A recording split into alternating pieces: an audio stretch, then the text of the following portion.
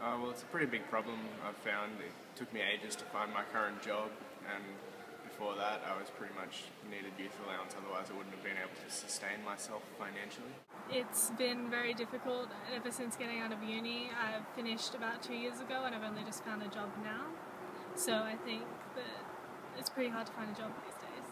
I personally have applied at maybe a dozen, 2 dozen places online and in person, thinking I would put myself out there and give a good account on my resume, and yet only one employer ever got back to me. So it is difficult for youth in this country to find employment, which makes it hard to pay bills and uni fees and that sort of thing.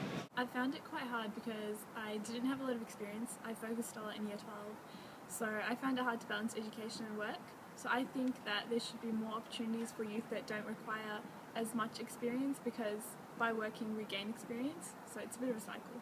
I think it is quite tough because I was looking at graduate opportunities, and I think it's quite tough to find jobs as a young person, and yeah, that's what I could say, it's quite tight and hard.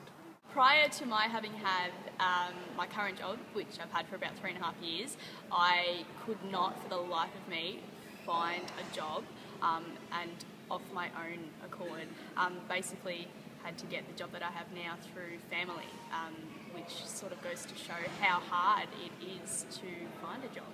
I found it relatively hard because a lot of places, they're expecting you to have experience, but because I haven't had a job before I turned 18 kind of thing, I haven't been able to get the experience until I finally came to uni, so it's just been really hard. It's been rejection after rejection because people won't hire me because I don't have the experience but can't get it because no one will hire me.